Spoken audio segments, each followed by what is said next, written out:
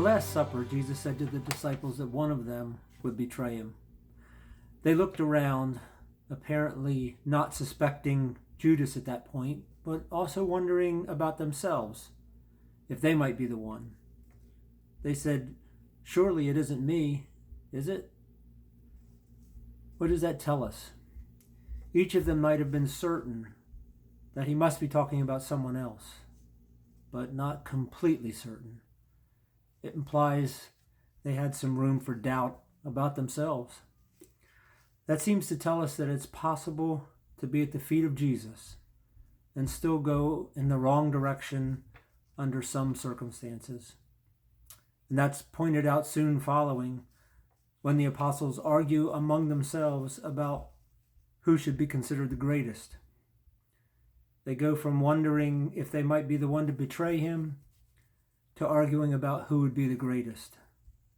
And all of this on the same night that Jesus washes their feet to teach them about servanthood. We can be very fickle.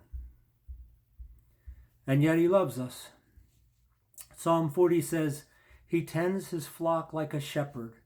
He gathers the lambs in his arms and carries them close to his heart."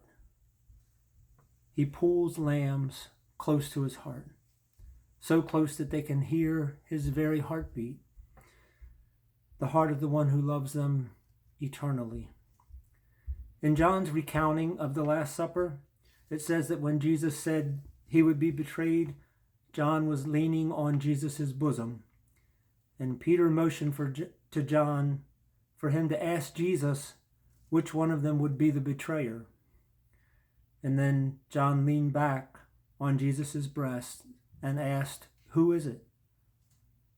And later in John chapter 21, after the resurrection, when Jesus asked Peter if he loves him, it says, "Then Peter, turning around, saw the disciple whom Jesus loved following, who also had leaned on his breast at the supper, and said, 'Lord, who is the one who betrays you?'"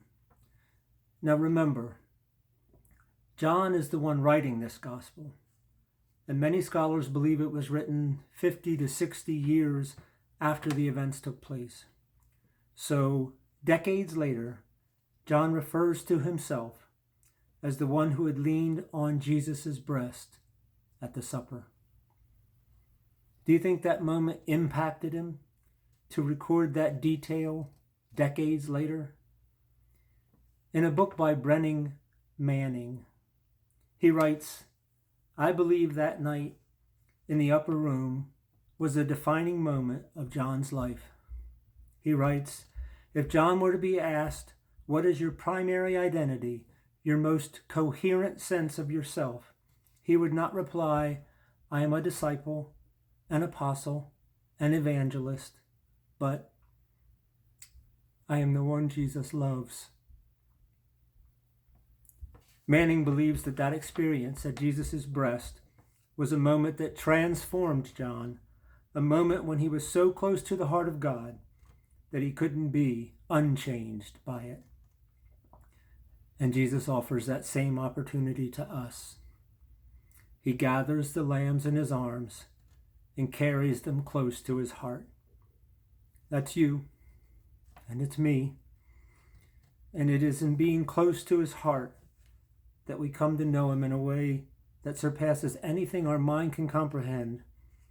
And the message is imparted to us from his heart that I am the one Jesus loves. You are the one Jesus loves. So let him gather you in his arms and carry you close to his heart, and you will know him at a whole new level. Love you guys.